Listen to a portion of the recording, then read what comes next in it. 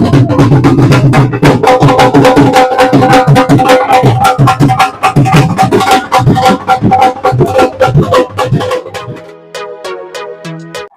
देश में जो NDA plus ED CBI plus election commission plus गोदी मीडिया का जो गठबंधन था, वो इस देश की जनता के विरोध में जो चुनाव लड़ रहा था, उसमें आज देश की जनता विजय हो रही है।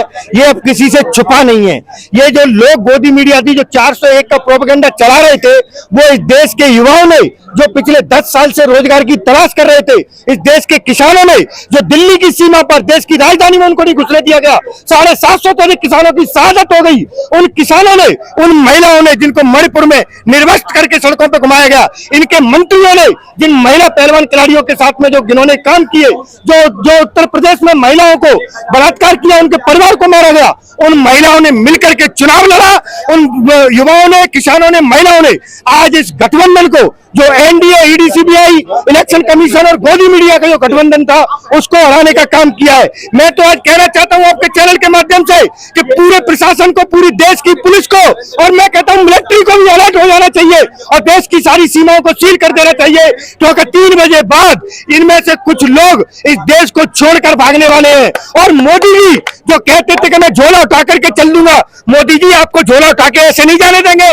चेक करेंगे कि जो ऑटो भर भर के अडानी और अंबानी का जो पैसा आया था, उस पैसे को आप झोले में भर के तो नहीं ले जा रहे, उस झोले को 3 बजे बाद चेक किया जाएगा।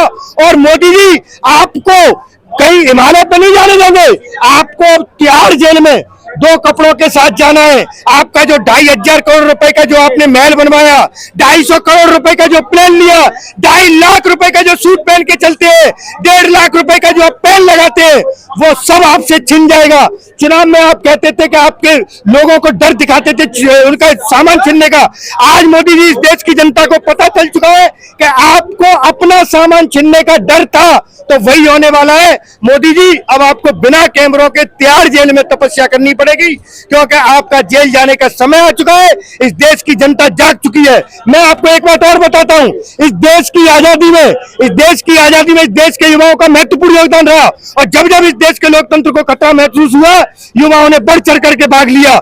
और उसी प्रकार इस भारतीय जनता पार्टी ने पिछले 10 साल में जिस तरह से हमारे लोकतंत्र को खत्म करने का काम किया था, उस लोकतंत्र को बचाने का काम इस देश के युवाओं ने, किसानों ने और महिलाओं ने किया है। और एक बार फिर इस देश का लोकतंत्र, जो विश्व में सबसे बड़ा लोकतंत्र कहा जाता है, वो सबसे मजबूत लोकतंत्र के रूप में बनकर उभरेगा। माहौल जो है इनकी झूठ की और इनकी नफरत की दीवार बिखर गई है, और इनका जो वो था, वो जो 400 पार का जो नारा था, वो जमीन बोझ हो गया है। अब ये साफ हो गया है, झूठ और नफरत की बुनियाद पर हुकूमत नहीं चलेगी। यानी कि नफरत की जहर से हम जमहूरियत को मुरझाने नहीं देंगे। नफरत की जहर से हम जमहूरियत को मुरझाने नहीं देंगे।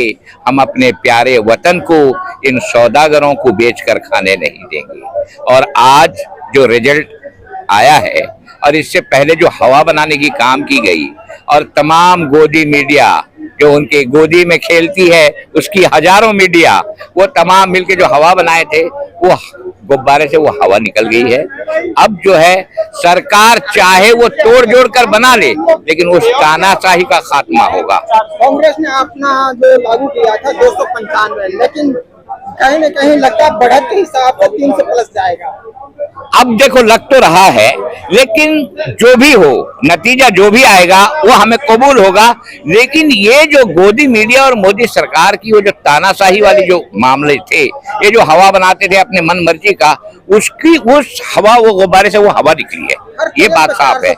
बिल्कुल बिल्कुल बिल्कुल, इन्होंने तो एक अपने तरफ से इन्होंने एक अजीब माहौल मचा रखा था, उससे निजात मिली है। तो जनता क्या त्रस्त थी महंगाई बेरोजगारी? बिल्कुल, 10 साल से ये महंगाई और बेरोजगारी की तो बात थी ही थी। उसके साथ साथ में ये जो बंटवारे और नफरत की जो माहौल इन्होंने 10 साल चलाई इस मुल्क के अंदर, ये मुल्क के सेहत के लिए, अवाम के सेहत के लिए बहुत ही खतरनाक थी।